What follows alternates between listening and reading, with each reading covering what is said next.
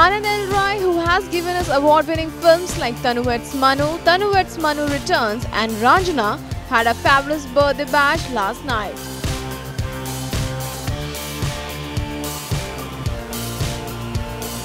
Yesterday, the actor organized his birthday party for his B-Town friends. Queen actress Kangana Siddharth was looking fabulous in her blue dress and denim cardigan, and dressed in formals, Shah Rukh was also present at the event.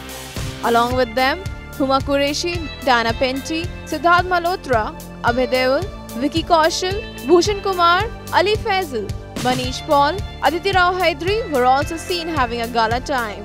Dressed in white, Divya Datta looked mesmerizing. We must say Anand L Rai's birthday party was a gala affair and so many stars in the party mood. On work front, reportedly, Anand L Rai will direct Shah Rukh Khan in a romantic film. Meanwhile, do check out these pictures of your favorite celebs.